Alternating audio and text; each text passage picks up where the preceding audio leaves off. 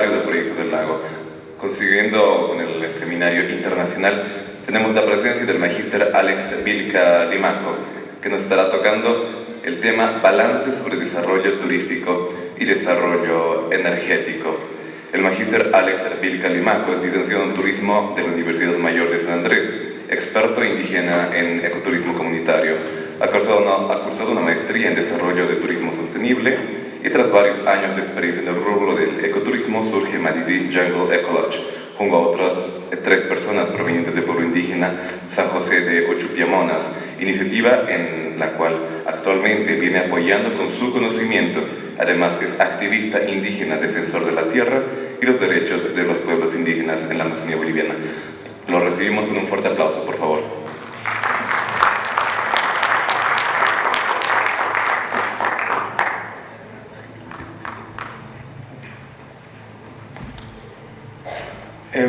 Muy buenas tardes a todos y todas.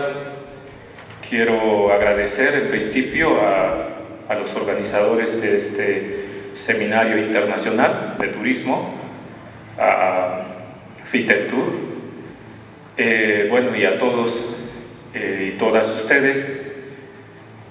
Creo que es muy importante poder compartir información que tenga que ver con esa área que nos hace a quienes estamos involucrados directamente en este mundo del turismo. Me invitaron para poder hablar sobre 2 temáticas bastante grandes, una de ellas quizás la más álgida, aquel que tiene que ver con el desarrollo energético.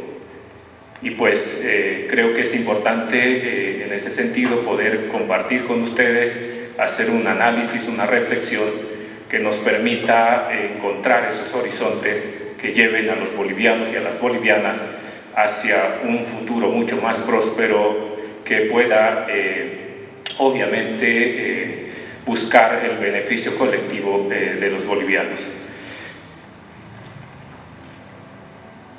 ¿Dónde tengo que?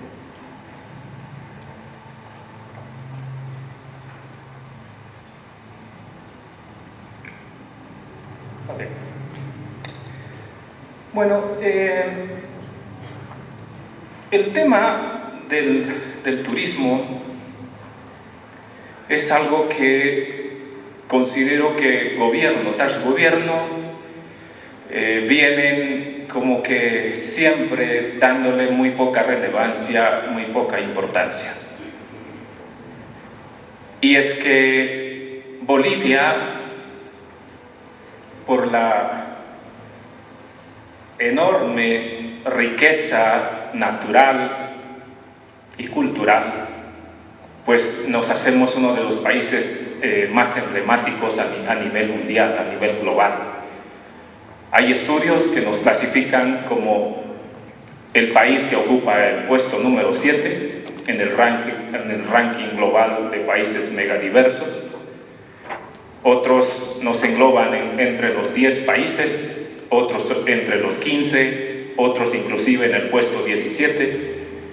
Pero más allá de esos estudios que nos puedan dar un ranking, creo que es importante saber que nuestro país es uno de los pocos que quedan en el planeta, en Latinoamérica, todavía con una riqueza natural casi intacta.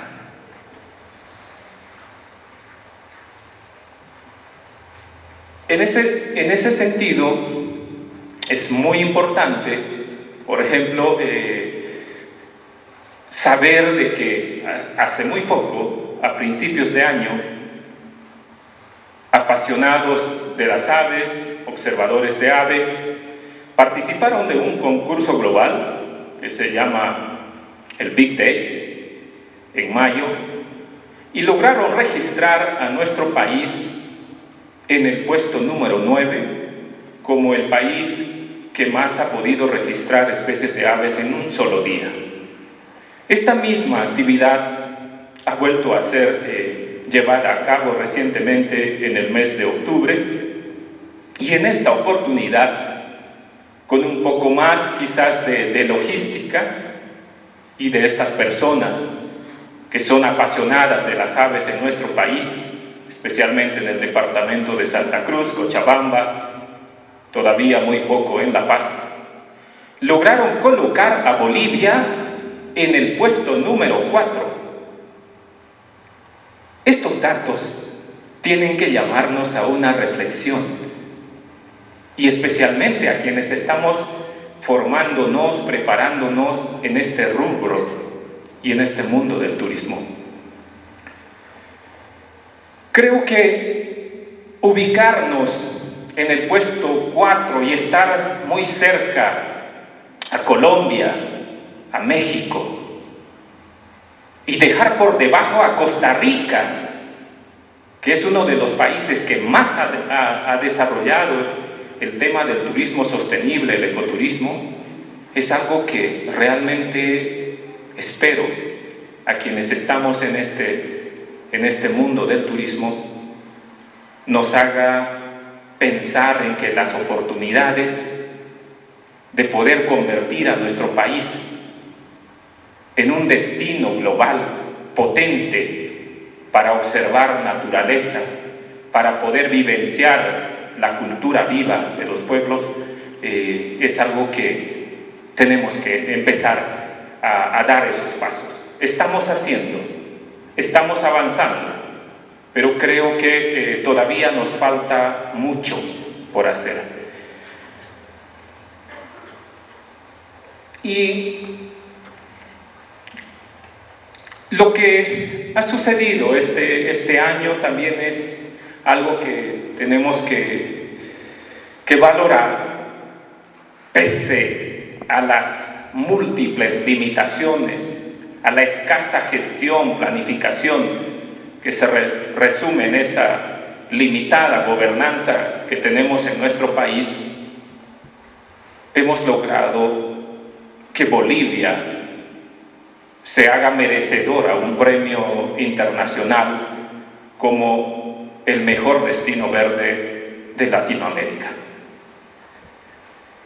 Y decía yo en una entrevista a un medio de comunicación de que esta nominación, de que este reconocimiento se lo debíamos en gran parte a los pueblos indígenas, a las 36 nacionalidades indígenas que estamos reconocidos en este país, porque son en esos espacios territoriales donde se concentra la mayor riqueza natural y cultural que tenemos los bolivianos.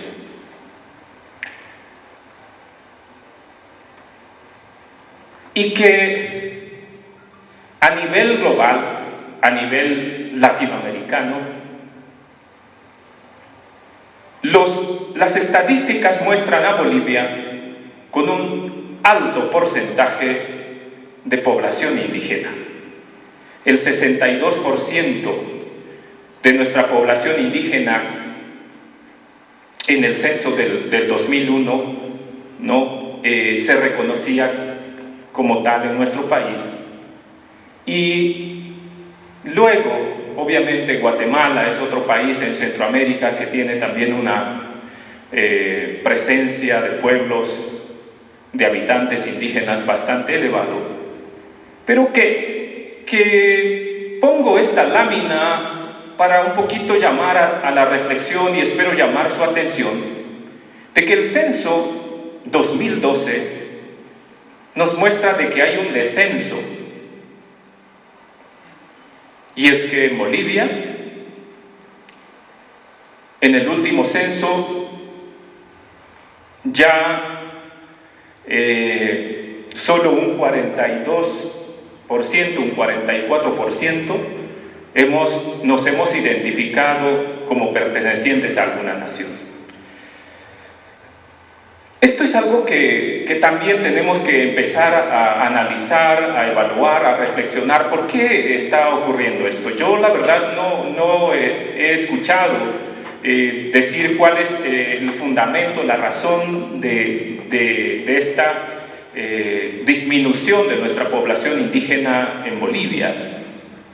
Y entonces, creo que son elementos que tenemos que trabajar porque el recurso natural, sumado al recurso cultural, a los pueblos indígenas, es aquel elemento que nos va a permitir, obviamente, diferenciarnos de la mayoría de los países. Cierto que tenemos mucha similitud con Perú, con Ecuador, pero Bolivia, en el imaginario del europeo, del norteamericano, de los asiáticos, de los africanos, de Oceanía, Australia, Nueva Zelanda, es un imaginario de Bolivia como un país que tiene preponderancia en temas de pueblos indígenas, un país referente en temas de naturaleza.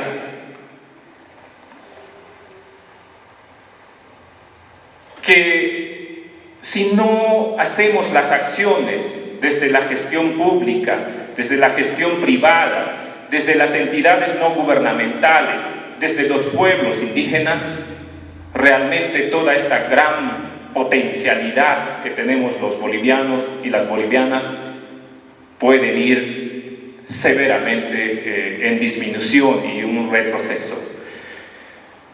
En Bolivia, si bien estamos reconocidos 36 nacionalidades indígenas, de estas 34 habitamos en las tierras bajas, en el oriente, Chaco, Amazonía.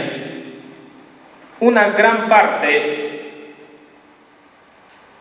si no por decir al menos la mitad de estos pueblos indígenas, estamos siendo amenazados de un etnocidio, de un genocidio, que teníamos la esperanza de que en este gobierno los pueblos indígenas pudiéramos estar mucho más amparados de las leyes, mucho más protegidos de la gestión pública. Tal situación vemos de que no estaba ocurriendo. Y esto voy a ir explicando más adelante.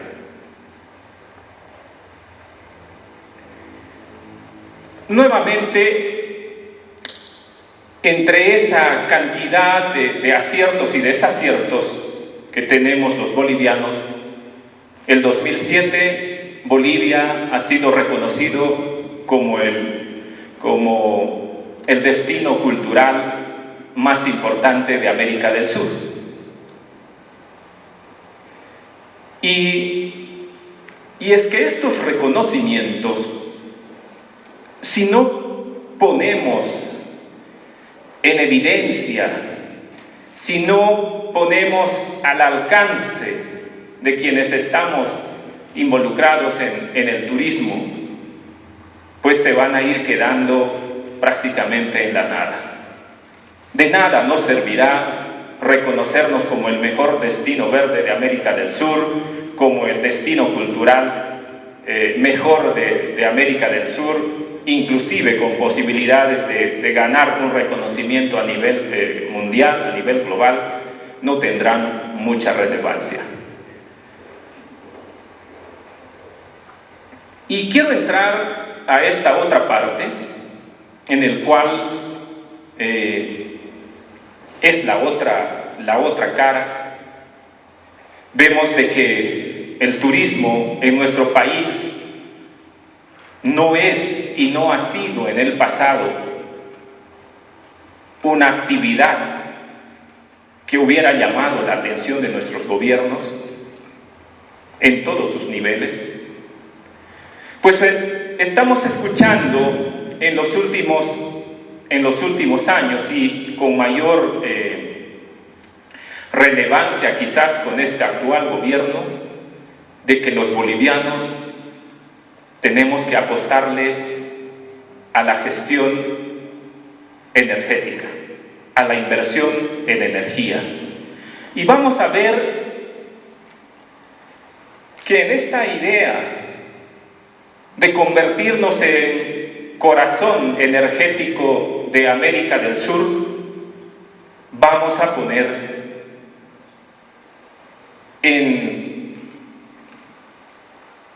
prácticamente en un peligro muy complicado de afectar toda esta riqueza natural y esta riqueza cultural. En la lámina que está al frente pueden ver los proyectos que el gobierno está pensando. De estos proyectos, quizás de los que han escuchado en algún momento, son del proyecto hidroeléctrico Chepete-El Bala y del proyecto o complejo hidroeléctrico Rositas, en el departamento de Santa Cruz. Pero no son solo esos los proyectos que están encaminándose en nuestro país. En esta lámina podemos observar de que hay 4 pequeñas centrales hidroeléctricas, las que están funcionando, las que se puede ver acá, están pintados de rojo.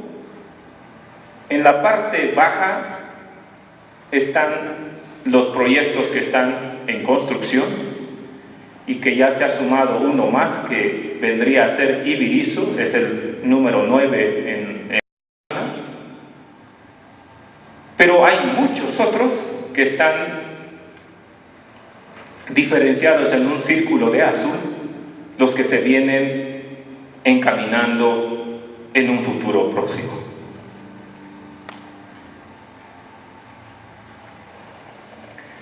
Aquí podemos ver de que en 2016 la energía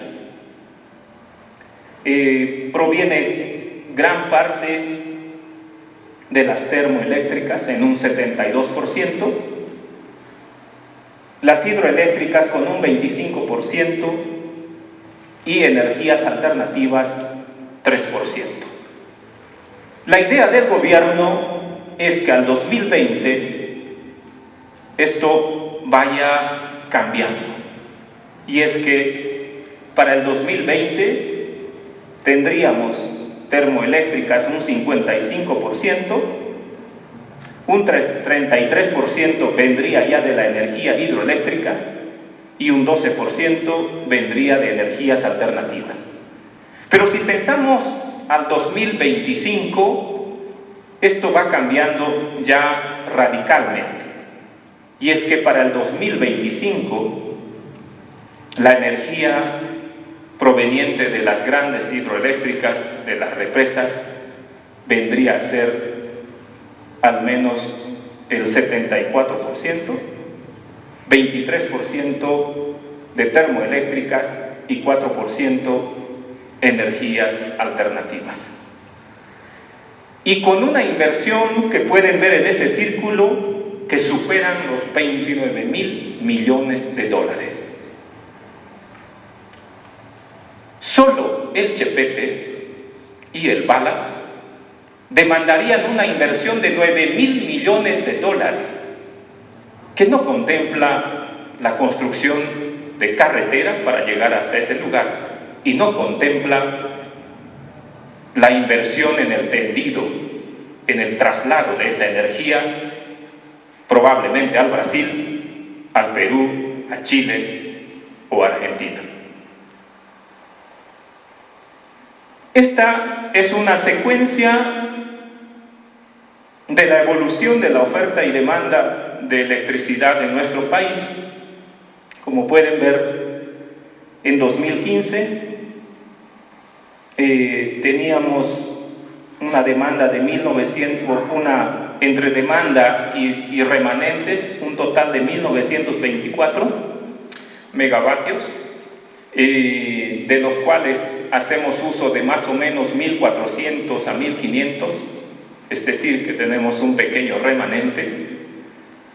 Esto, como pueden ver ahí, va a ir cambiando, y para el 2025 tendríamos esa mancha amarilla, la amarilla es el remanente que tendríamos para exportar.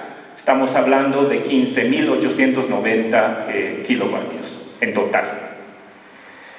y seguramente nuestro consumo estaría por los más o menos 2.000 y fracción, y tendríamos una cantidad más o menos de 13.000 para poder exportar a otros países. Pero ¿a costa de qué? ¿Qué significaría hacer toda esta gran inversión en nuestro país? Inundaciones y deslizamientos, significaría impactos sobre las cuencas hidrográficas. Nunca más nuestros ríos volverían a fluir de la manera que lo están haciendo en este momento. Estarían obstruidos con un muro o con numerosos muros, porque no solo es uno. En la cuenca del río Beni se están proyectando al menos 3 de los que más se hablan: Chepete, Bala, Cachuela, Esperanza. En la cuenca del Río Grande, en Rositas, al menos son un complejo de 8 hidroeléctricas, pero no quiere decir que son las únicas. Hay muchas otras en la parte más alta que igual se están construyendo. Entonces, ¿qué significa? Infraestructura que posibilita ampliación de las fronteras, y esto es algo que tenemos que darnos cuenta. Las hidroeléctricas permiten a que se hagan apertura de carreteras. Con las carreteras, la deforestación, la tala de árboles, el acceso a actividades mineras, actividades petroleras, a monocultivos, a nuevos asentamientos humanos. Y entonces, esto es también ahondar en el calentamiento global, en el cambio climático. Intentar defender a la madre tierra, a la madre naturaleza, defender nuestra tierra, implica exponernos a graves peligros. La persecución, la judicialización y muchos otros temas que se vienen ahí cuando uno intenta frenar esta monstruosidad de proyectos que se están encaminando muy silenciosamente y muy hábilmente en nuestro país. Impactos en la salud, aumento de vectores que transmiten enfermedades, algunas que ya son conocidas como el dengue, chikungunya, leishmaniasis. Pero si hacemos estas enormes rebalses, que en el caso, por ejemplo, del Chepete, inundaría una extensión 5 veces más del tamaño de la mancha urbana de esta ciudad. La mancha urbana de esta ciudad tiene 149 kilómetros cuadrados. El Chepete y el Bala inundarían 771 kilómetros cuadrados de bosque en el mejor estado de conservación. Pero no son los únicos problemas que estamos enfrentando los bolivianos. Tenemos un conjunto de problemáticas socioambientales, el TIBNIS, la carretera que va a atravesar el núcleo central de esta área tan importante. Por ahí, sin duda, vendrá la colonización, la coca, la minería, el petróleo. En el caso del Madidi, Pilón Lajas, valles cruceños, están las mega hidroeléctricas, las represas, que no son las únicas, por cierto. También está minería, está colonización, está plantaciones de coca, Tariquía con el tema del petróleo, el fracking, Madre de Dios, Río Beni, minería, contaminación. Recientemente el gobierno ha estado hablando de fomentar el tema de los transgénicos, el etanol. Eso implica deforestación, contaminación. Tenemos un ingenio azucarero en San Buenaventura que está empezando a degradar, a deforestar cantidades importantes de bosque. El puente Rurrenabaque-San Buenaventura, el tema del problema que se está suscitando con la dotación de tierras en Roboré, Tucabaca. Aquí puse una cifra de 300.000 hectáreas de bosque que se deforestan por año en nuestro país. Son datos realmente que nos ponen la piel de gallina, Porque si esto se materializa, realmente los recursos con los que contamos los bolivianos van a ser seriamente afectados. Y no son, decía, los únicos. A través de los medios de comunicación sabemos que al menos 100 áreas petroleras han sido puestas en subasta en nuestro país. Y estas 100 áreas para la prospección y explotación petrolera se sobreponen a áreas protegidas y a territorios de pueblos indígenas, allí donde se concentra la mayor riqueza natural y cultural que poseemos los bolivianos. Y entonces me pregunto si podremos seguir siendo un país megadiverso con todas estas ideas de profundizar el extractivismo. Seguiremos conservando ese gran bosque, esa gran Amazonía que representa para nosotros en una gran farmacia, algo que ni siquiera está al momento estudiado o hay muy poca información de qué contiene en realidad el bosque, la Amazonía. Seguiremos siendo el cuarto lugar en aves o quizás podemos seguir escalando, pero con todo ello, si apenas las pequeñas infraestructuras como carreteras y puentes ya están poniendo en tremendo riesgo a nuestra fauna, el caso del jaguar, 185 colmillos de jaguar encontrados en un restaurante chino, que tras 13 audiencias pudieron recién recibir una pena, una sanción, lo que significa que tenemos una justicia que no está al servicio de los bolivianos y las bolivianas, sino de quienes vienen más bien para depredar, para destruir el bien patrimonial de los bolivianos. Y aquí pongo este cuadro para darnos cuenta de que el sector del turismo realmente desde la esfera gubernamental no tiene ninguna relevancia e importancia. En 2016 teníamos 15 millones de dólares para el turismo. En 2017 tenemos apenas 6 millones y no lo sé cuánto tendremos para esta gestión, que seguramente es aún mucho menor.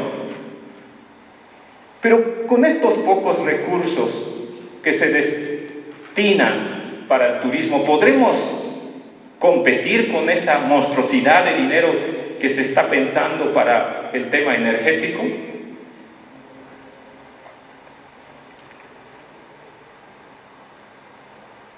Y bueno, nuestras herramientas para resistir, para hablar de otras posibilidades de desarrollo integral, holístico, endógeno, aquello que algunos pueblos ya venimos practicando, como el ecoturismo, la plantación de cítricos, de banano, de plátano, de cacao, de café, la pesca tradicional, la producción ecológica de miel, de azaí y de muchos otros productos de la Amazonía. ¿Podremos hacerle frente a esta inversión millonaria que se está pensando desde el gobierno?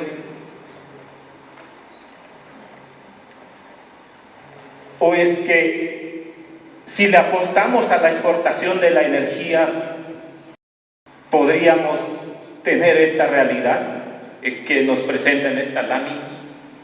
El 2030, el 2050, creo que estamos un poco, no exagerando con esto, si vamos al ritmo que vamos, creo esto es lo que tendremos que hacer en el mundo del turismo. Y si no escalamos la montaña, jamás podremos ver el paisaje. Muchísimas gracias.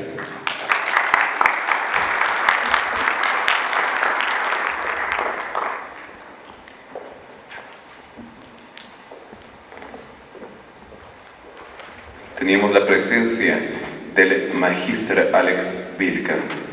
100 áreas petroleras han sido puestas en subasta. que se sobreponen a territorios indígenas. Sin lugar a dudas, palabras que nos llaman a la reflexión en cuanto al turismo.